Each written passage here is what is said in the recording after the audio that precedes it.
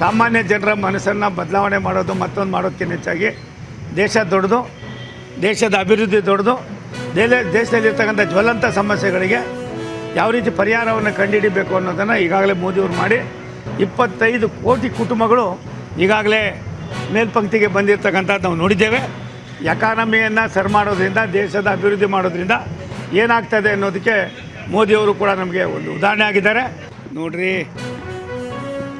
One nation one election, ಮಹಿಳಾ bill, ಜಾತಿ ಗಣತಿ, ಇದೆಲ್ಲವೂ ಕೂಡ ಭಾರತ ಸರ್ಕಾರದ ಸನ್ಮಾನ್ಯ ನರೇಂದ್ರ ಮೋದಿಯವರ ದೂರದೃಷ್ಟಿಯ ಚಿಂತನೆ.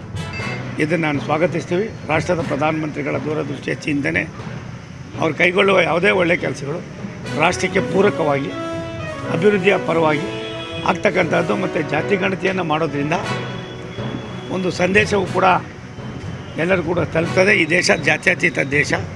ಈ ಜಾತ್ಯತೀತ ದೇಶದಲ್ಲಿ ಸುಮಾರು ವರ್ಷಗಳ ತದನಂತರ ಇದು ಮಾಡ್ತಾ ಇರ್ತಕ್ಕಂಥದ್ದು ಅವಶ್ಯಕತೆ ಇದೆ. ಅದನ್ನು ಮಾಡ್ತಾಯಿದ್ದಾರೆ.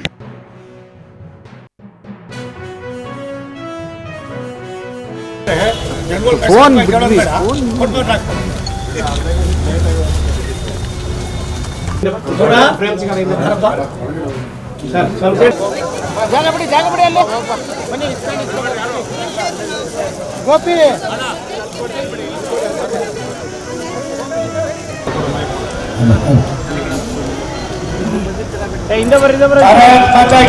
ನಾಯಕನಾಗಿ ಪ್ರತಿಭಟನಾ ಸ್ಥಳಕ್ಕೆ ಹೋಗಿದೆ. ಆ ಪ್ರತಿಭಟನಾ ಸ್ಥಳದಲ್ಲಿ ಅನೇಕ ಡಿಮ್ಯಾಂಡ್ಗಳನ್ನು ನೀವು ಇಟ್ಟಿದ್ರಿ. ಈ ಕಾಯಂ ಮಾಡ್ತಕ್ಕಂಥದ್ದನ್ನು ಕೂಡ ಒಂದು ಡಿಮ್ಯಾಂಡ್ ಅನ್ನ ಇಟ್ಟಿದ್ರಿ. ನಾನು ರಾಜ್ಯ ಸರ್ಕಾರಕ್ಕೆ ಒತ್ತಾಯ ಮಾಡ್ತಕ್ಕಂಥ ಕೆಲಸವನ್ನು ಮಾಡುತ್ತೇನೆ.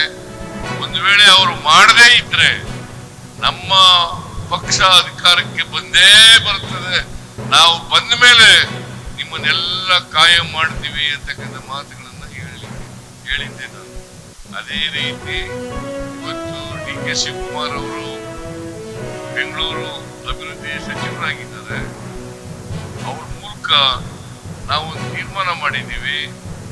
ನಿಮ್ಮನ್ನೆಲ್ಲ ಕಾಯಂ ಮಾಡಬೇಕು ಅಂತ ತೀರ್ಮಾನ ಮಾಡಿದ್ದೀವಿ. ಸುಮಾರು ಇವತ್ತು 39,000 ಸಂಬಳ ನೇರವಾಗಿ ನೀವು